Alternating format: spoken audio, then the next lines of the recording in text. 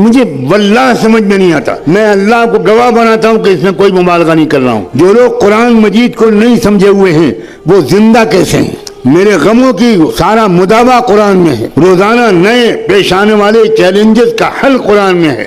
RSS کا اور صہیونیت کے تمام چیلنجز کا جواب قرآن میں ہے. ان ھذا القرآن یہدی للتی ہی اقوم ونزلنا علیک الکتاب تبیانا لکل شیء وہدی ورحمتا وبشری للمسلمین. عام طور پر ہمارے نہ کوئی مرد قرآن سمجھتا ہے نہ عورت قرآن سمجھتا ہے. اور بیٹے اور بیٹیاں تو اللہ کی پناہ. کہاں بھیج دیا آپ نے؟ کیا خوب کہا تھا اکبر الہ آبادی نے، یوں قتل سے بچوں کے وہ بدنام نہ ہوتا، افسوس کہ فرعون کو کالج کی نہ سوچی. یہ کالج موجودہ تعلیمی نظام ہمارے نوجوانوں کی قتل گاہیں ہیں. یہ ایجوکیشنل سسٹم اس نے مسلمانوں کو نامرد بنا دیا.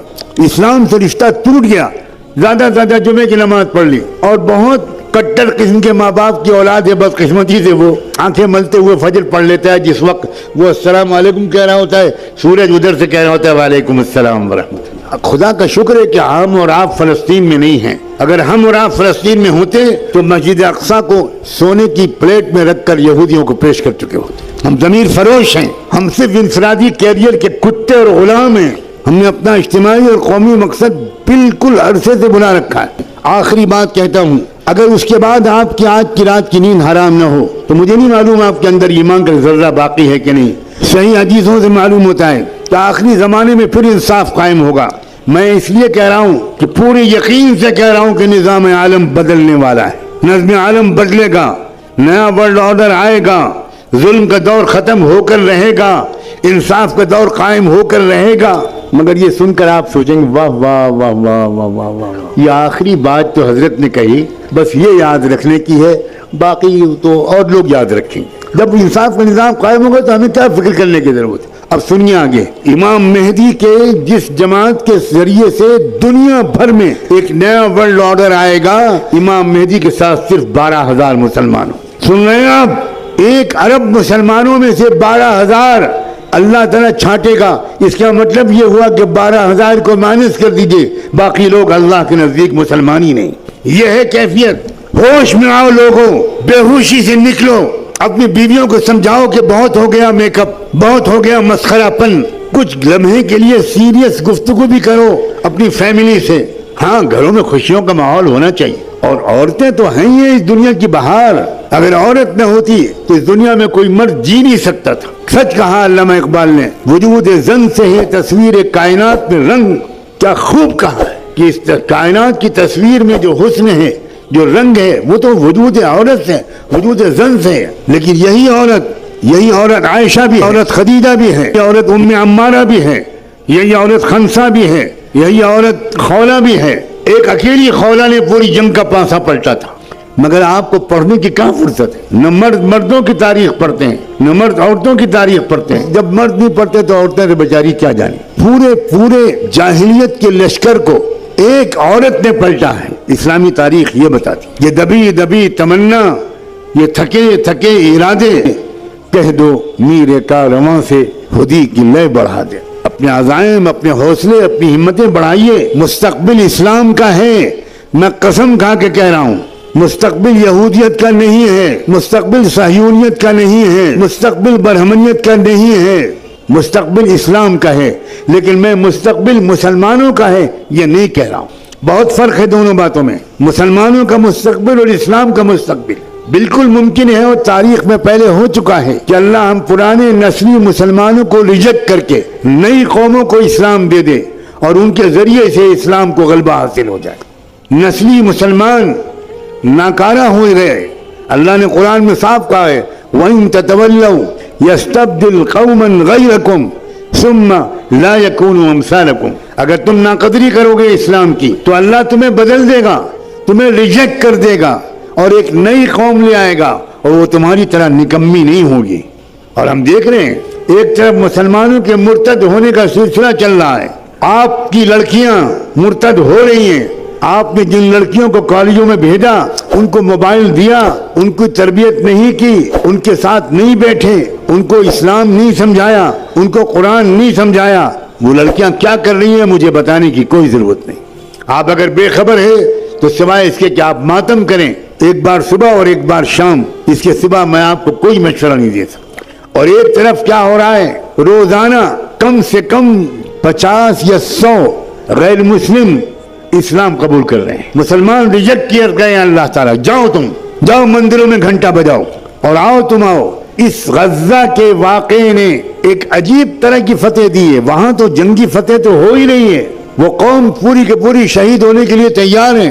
سلام بھیجتا ہوں میں ان نوجوانوں پر، کیسا ہے ان کا ایمان و یقین۔ اللہ کے رسول نے فرمایا تھا الایمان حین تقع الفتن بالشام، یاد رکھنا ایک زمانہ ایسا آئے گا کہ ساری دنیا کے اندر مسلمان بے راہ ہو جائیں گے، صرف فلسطین کے علاقے میں ایمان باقی رہے گا۔ یہ حضور کی صحیح حدیث ہے، آج ہم اپنی آنکھوں سے دیکھ رہے ہیں کیا ایمان ہے وہاں۔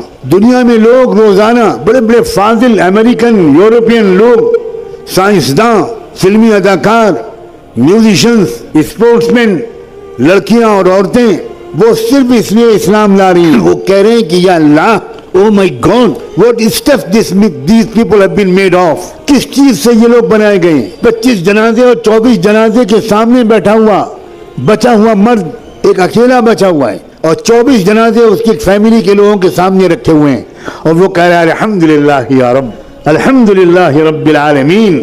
کیا آپ سوشل میڈیا کو ان مقاصد کے لیے استعمال نہیں کرتے؟ آپ نے اپنی آنکھوں پر پٹی باندھ لی ہے، ہر 24 گھنٹے میں نئے 15 20 25 امریکن اور یورپین لوگوں کے پیغامات آ رہے ہیں، لڑکیاں اسلام لا رہی ہیں کہ بھئی یہ کیا ایمان ہے۔ ہم نے صحابہ کے بارے میں سنا تھا کہ تیر یہاں سے لگا اور یہاں سے نکلا اور ان کی زبان سے نکلا کہ فزت ورب الکعبہ، میں کامیاب ہو گیا اللہ کی رب کی قسم۔ کیا آپ نے وہ ویڈیو نہیں دیکھا کہ ایک باپ اپنے چھوٹے سے معصوم شہید بچے کو لیے ہوئے اللہ کے سامنے پیش کر رہا ہے، اور باپ پوچھ رہا ہے رضیت یا ربی، اللہ آپ راضی ہو گئے، اللہ آپ راضی ہو گئے، اللہ میں بالکل راضی ہوں، آپ راضی ہو گئے کہ نہیں؟ اللہ میرے بقیہ خاندان کو بھی قبول کر لیجئے، اللہ مجھے بھی قبول کر لیجئے۔ آپ بتائیے یہ ایمان ہے یا وہ ایمان ہے جو ہمارے پاس ہے؟ وہ بچیاں جو بعض وقت بے برقع ہیں، جو دیکھنے میں ظاہری اعتبار سے وہ دیندار بھی نہیں لگتی، لیکن ایک قومی مشن اب ان کی سمجھ میں آ گیا، اور دیر سویر ان کی کمی بھی یقیناً پوری ہو جائے گی۔ کیا آپ نے اس بیوی کے جنازے کے سامنے شوہر کو یہ کہتا ہوا نہیں سنا کہ تم بازی لے گئی؟ میں تو بار بار یہ کہتا تھا کہ میں پہلے شہید ہوں گا، مگر تم ہر نیک کام میں مجھ سے بازی لے جاتی رہی پوری زندگی میں، اور اب شہادت میں بھی تم بازی لے گئی۔ میں تم کو یقین دلاتا ہوں کہ بہت جلدی میں آ کر تم سے جنت میں ملوں گا، رسول اللہ کو میرا سلام کہہ دینا۔ یہ ہے قومی مشن، یہ ہے اجتماعی مقصد، یہ ہے قومی نصب العین کو سمجھنے والی قوم کے احوال۔ میں پچھلے زمانے کے لوگوں کی تاریخ نہیں بیان کر رہا ہوں، اب بھی آنکھیں نہیں کھل رہی۔ 1000 مقرروں کی تقریر ایک طرف، 1000 داعیوں کی دعوت ایک طرف، اور ایک فلسطینی نوجوان کا شوق شہادت ایک طرف، ان کی وفاداری ایک طرف۔ ایک ننھا بچہ اپنے کھنڈر جیسے مکان کے ملبے پر بیٹھ کر آیتیں پڑھ رہا ہے، یہ دیکھا ہے ویڈیو کی نہیں؟ وَلَنَبْلُوَنَّكُمْ بِشَيْءٍ مِّنَ الْخَوْفِ وَالْجُوعِ وَنَقْصٍ مِّنَ الْأَمْوَالِ وَالْأَنفُسِ وَالثَّمَرَاتِ۔ وہ بچہ مدرسے کا پڑھا ہوا نہیں ہے، وہ شہید ماں باپ کا بچہ ہے، سب خاندان کے لوگ شہید ہو گئے، اکیلا بچہ بچا ہے۔ ایک لڑکا اسرائیل کی جیل سے نکل کر آ رہا ہے، اس کے ہاتھ ٹوٹا ہوا ہے، اسرائیل والوں نے مارا ہے، مارتے مارتے ہاتھ توڑ دیا۔ ویڈیو آیا ہے جس میں ایک شخص بتا رہا ہے کہ ہم کو جیل سے معاہدے کے مطابق رہا کرتے وقت ہمارے اوپر شکاری کتے چھوڑ دیے گئے، کتوں نے ہمیں کاٹ ڈالا، ہمارے ہاتھ توڑ ڈالے گئے ڈنڈے مار مار کے، دونوں ہاتھوں پہ پٹی بندھی ہوئی ہے، اور وہ پٹی بندھی ہوئی ہاتھوں کو اتار کر کہہ رہا ہے اللہ آپ کو گواہ بنا کر کہتا ہوں ہم مسجد اقصی کو ان کے حوالے نہیں کریں گے۔ کہاں ہیں ہم لوگ بھائی؟ آج ہم کو آپ کو سمجھانا پڑ رہا ہے کہ لڑکیوں کو مت دیکھو، بد نظری مت کرو، بدکاریاں مت کرو، لا حول ولا قوت الا باللہ۔ کسی شہر میں جانا ہوتا ہے تو لوگ بڑے اخلاص سے کہیں حضرت یہاں آپس کا اختلاف بہت ہے، یہاں یہ لڑائی ہے، یہاں وہ لڑائی ہے، یہاں علماء میں آپس میں اختلاف ہے، یہاں وہ ہے۔